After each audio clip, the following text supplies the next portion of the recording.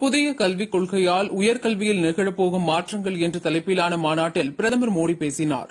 ஒவ்வொரு நாடும் கல்விக் கொள்கையில் சீர்திருத்தங்களை செய்து வருகிறது. 21ஆம் நூற்றாண்டுக்கு நமது இளைஞர்களை தயார்படுத்தும் வகையில் உருவாக்கப்பட்டுள்ள புதிய கல்விக் கொள்கைக்கு பெரும் வரவேற்பு கிடைத்துள்ளது. எந்த ஒரு பாகுபாடும் புதிய கல்விக் கொள்கையில் இல்லை என பரவலாக கருத்து வருவது மிகுந்த மகிழ்ச்சியை தருகிறது என பிரதமர் கூறினார். 5ஆம் வகுப்பு வரை தாய்மொழி கல்வியில் கற்கலாம்.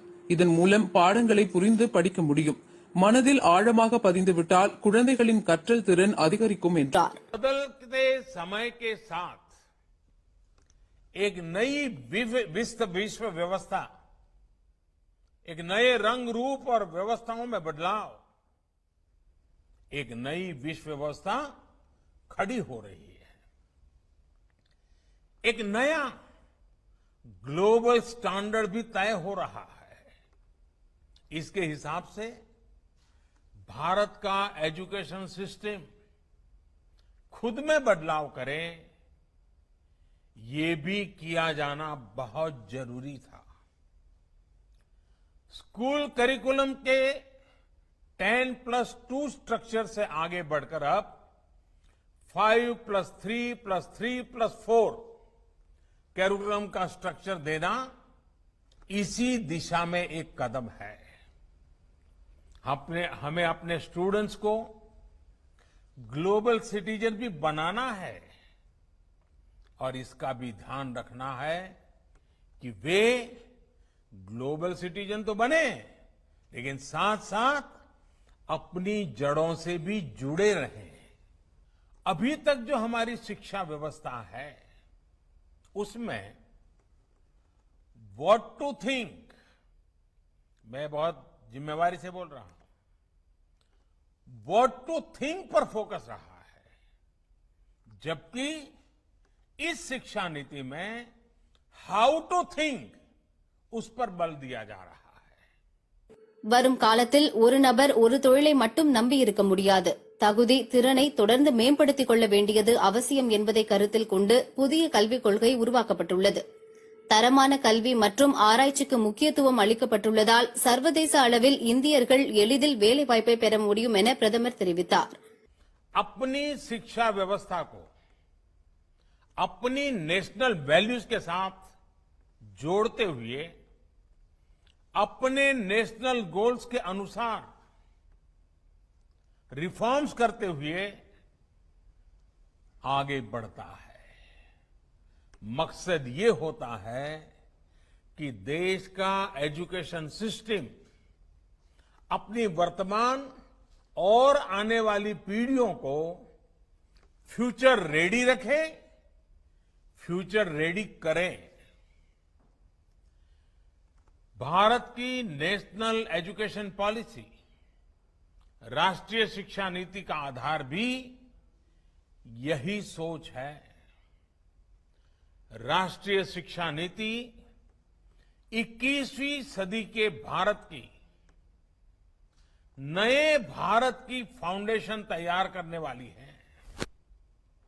21वीं सदी के भारत को हमारे युवाओं और हमारे युवाओं को जिस तरह की एजुकेशन की जरूरत है, जैसी स्किल्स चाहिए, राष्ट्रीय शिक्षा नीति पर इन बातों पर विशेष फोकस है.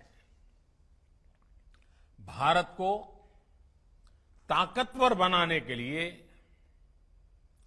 विकास की नई ऊंचाई पर पहुंचाने के लिए भारत के नागरिकों को और सशक्त करने के लिए उन्हें ज्यादा से ज्यादा अवसरों के उपयुक्त बनाने के लिए इस एजुकेशन पॉलिसी में खास जोर दिया गया है. ஒரு மனிதனை சிறந்த பண்பாளராக உருவாக்கும் சக்தி கல்விக்கு உண்டு என்றார் கலாம்.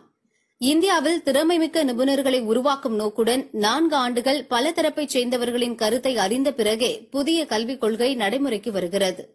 கல்வி முறையில் மாற்றத்தை விரும்பாத சிலர் எதிர்ப்பு தெரிவிக்கிறார்கள். அரசியல் ரீதியாக எவ்வளவு எதிர்ப்புகள் வந்தாலும் புதிய கல்விக் கொள்கையை முழுமையாக அமல்படுத்துவதில் உறுதியாக இருக்கிறேன். இந்தியாவின் வளர்ச்சிக்கு அடித்தளம் அமைக்கும் புதிய கல்விக் கொள்கைக்கு மக்கள் ஆதரவளிக்க வேண்டும் என்றார் பிரதமர். आज का ये इवेंट बहुत ही महत्वपूर्ण है. इस कॉन्क्लेव से भारत के एजुकेशन वर्ल्ड को नेशनल एजुकेशन पॉलिसी, राष्ट्रीय शिक्षा नीति के विभिन्न पहलुओं के बारे में विस्तृत जानकारी मिलेगी. जितनी जानकारी और ज्यादा जानकारी ज्यादा स्पष्ट होगी, फिर उतना ही आसान इस राष्ट्रीय शिक्षा नीति का इम्प्लीमेंटेशन भी होगा. साथियों, 3-4 साल के व्यापक विचार विमर्श के बाद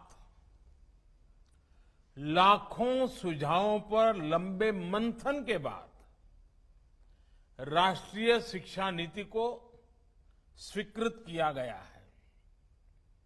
आज देश भर में इसकी व्यापक चर्चा हो रही है.